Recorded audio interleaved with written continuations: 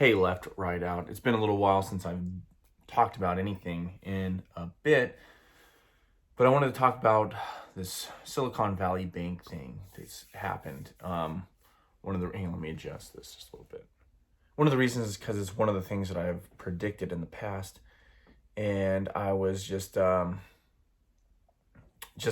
sorry. Somebody right when you do this, somebody texts you all the time.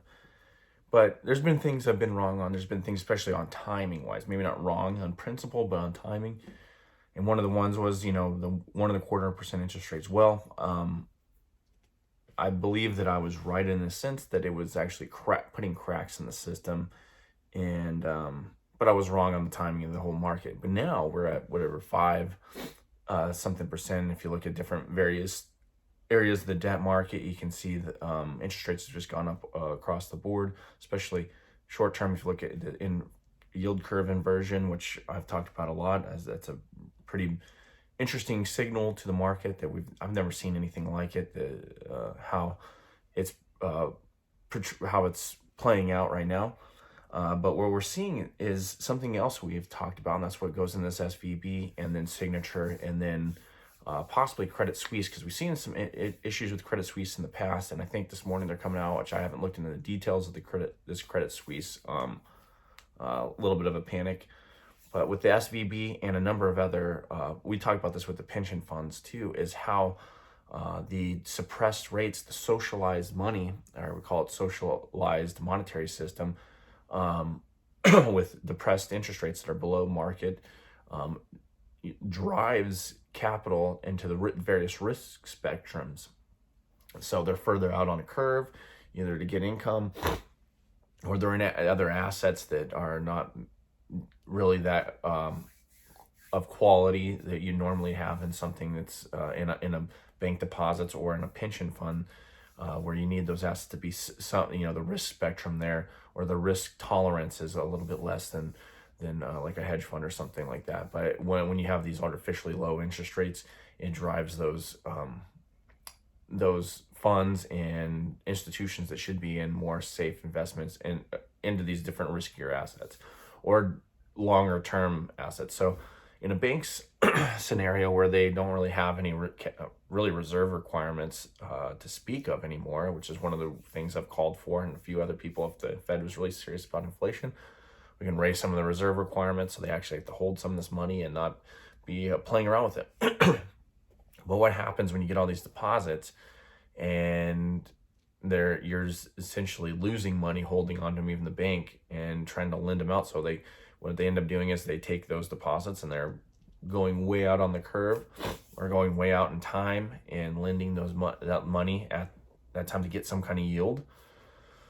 And when interest rates actually do rise, even though it's artificially, by sacrosanct dictate from the Fed being risen, some of it's, there's definitely a market there, but it's like an anchor, and as that, so to speak, so the market can't really do anything can't really correct all these malinvestments as quickly, because the Fed is the one that's hiking the interest rates and not allowing the market really to play such a big role. But anyway, they've risen the rates, and what has happened is now the short term is in the short term, people want to get their money out of regular, bank accounts. They're still yielding sub 1% easy, and put it in the money market funds, put it into CDs, put it into something that yields high dividend stocks. But most people like myself, it's like, well, look at this. You got this money market fund that's or something of that equivalent. It's yielding whatever 3.25, 4, something, almost 5. I mean, who knows whatever you can find out there at the time. Why keep it in a checking account? Well, when you go to do that and they have your money tied up in some 30-year bond or whatever it is that's now underwater, things happen. They have to come up with that cash, and they can't. We've known this for a while that they can't do it, but now we're trying to see it. There was another aspect to that just eluded me. I just had it in the top of my head and then it's gone. But it just goes to show you that, sorry, my allergies are going, that this whole system is flawed. And what we've been saying even though everybody wakes up each morning for the last couple years. Well, it's still the same as it was in the before. I mean, it seems like the central planners have navigated this thing. I kept saying that the Fed has backed themselves into this corner, and legitimately they have. So what is really next? I guess if I remember that point, I'll go back to it. But what is next? Well, the Fed is in the corner. And they are backstopping, or the FDIC and the Fed is going to be backstopping like a lot of these bonds that are flipped underwater. Oh, that's what it is. Some of it, there's another thing, mark to market and all that jazz is been changed up a little bit, because if these banks were to mark these things to market, what they could actually get these longer term bonds that they've purchased with depositors cash and whatnot, you would see a massive devaluation in what they have, because there's no way that you can take that, but they don't have to. They can mark to maturity, because you can get whole on the maturity. Now you'd be lesser because of the fact that the inflation over the number of years has not been really reflected in those, especially the treasury market. But that's a whole different rabbit hole. Anyway, the Fed's in they're backstopping this whole thing. And what does that mean, really? What that means is this whole QT thing, because if we're looking at inflation, which is the expansion of the money supply, I look at the Fed, what they're doing, and then I also look at credit expansion from the consumer side, or even the corporate side or whatnot. So I look at the consumer side, and that credit expansion is still occurring. You still have an inflationary environment. And then I look over here at the Fed, and it's to a lesser extent, there's a QT factor. I mean, you look at their books, and the monetary base is contracting ever so slightly. So, but the credit expansion is overwhelming that. Now, when this happens, when the Fed has to come in and buy these bonds 100 cents on the dollar or whatever they're going to do, I believe that's some of the stuff that's floating out there, some of these banks, so they don't have to, so they can get that money. What's going to happen is you basically have the Fed flipped. So they're going to do either they're QTing over here and QEing over on this side, and one's going to overwhelm the other, or they're just going to go straight QE. Excuse me, because essentially what is occurring, what you're seeing now is the pivot. And we've said that in the past, but we're like, okay, they're still going up. But in fact, they're, the way their balance sheet was looking, their QT is just a farce in a sense. But it was contracting. It was deflationary. But like I said, the credit side of things, for the consumer and the corporate side, has overwhelmed that. But now we're going to see not only that, because everything's it's like a home. Well, the best way to explain it is everything has pressures in various directions. So if the Fed is pressuring the money supply this way, but credit expansion is pressing it this way, it depends on what the greater effect is. Well, now we're going to have the Fed flip back up, and we're going to have basically monetary expansion on probably steroids. We'll see what happens. It's QE whatever infinity. Well, now we're at QE whatever is ahead of infinity at this point.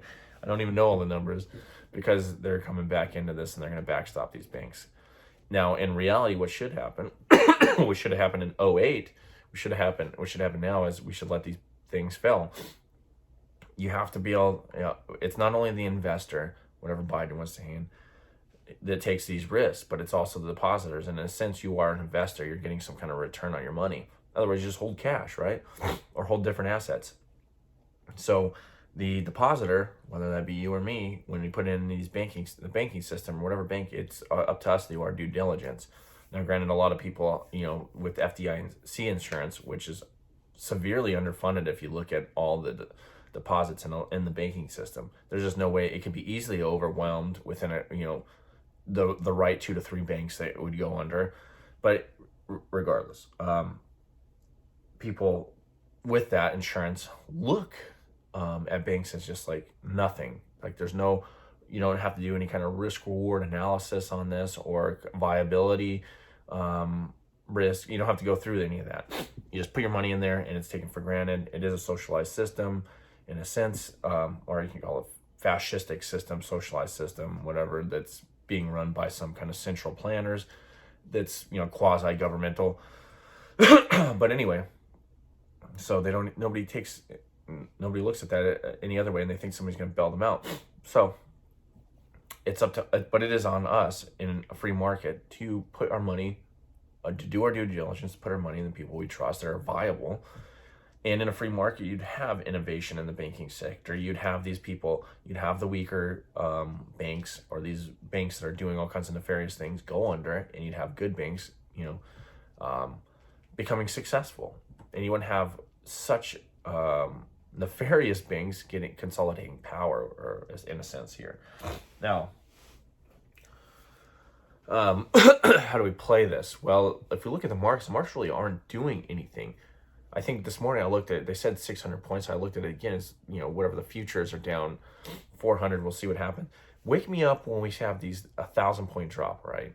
That, people aren't analyzing the risk very well, because if you think SVB is the only bank that was in this situation, you got another thing coming. In fact, some of these other banks are probably in an even worse situation. I haven't even looked at a lot of their balance sheets, but you can bet your bottom dollar that there's a lot of banks that have been doing this kind of shenanigans. Now, granted, hopefully they're better traders and they were able to unravel some of their bond portfolio and some of these other longer term investments in order to get the cash they needed. But there's a number of banks out there that are even probably in worse position, to be totally honest. Totally honest. Not to mention them, but look at pension funds. The pension fund thing is something over here that we seemingly are ignoring at this point, and somehow these things are running on a track that's a different width every time. This train hasn't derailed yet. It's pretty incredible, but it will, unless something happens. I don't know what. But anyway, I'll leave you there. This is a developing situation. It goes along the lines of what we were talking about. We have the crypto space that got cracked through the Fed. You have a couple crypto banks that got cracked, and now you're having the actual banking system and various companies too, over the last couple of years, that have been cracked and are showing signs of weakness. But the banking sector, since they, them and their cronies are the people that are controlling the monetary system, when they crack, or when they get a cold, we get pneumonia or whatever over here. So I'm not going to give advice on what to do, but physical assets, things that actual return, have actual return, looking for safer bets, things to hold actual purchasing power, and actually produce things that people need. Those are the things we want to look at. And there should be some opportunities arising, but we'll see what the market actually does. Because the market, like I was just saying, when this thing was down 90 points, futures down, that's nothing. Those are nothing numbers. These people still think that this is nothing. So I think the similar thing happened during 2008, Lehman. I was in the military at the time, so I can't quite remember all the days right afterwards, but I don't think it was necessarily giant sell-offs. I think there was a little bit of lag time until we realized how the systemic risk that was involved. Anyway, talk to you later. Peace.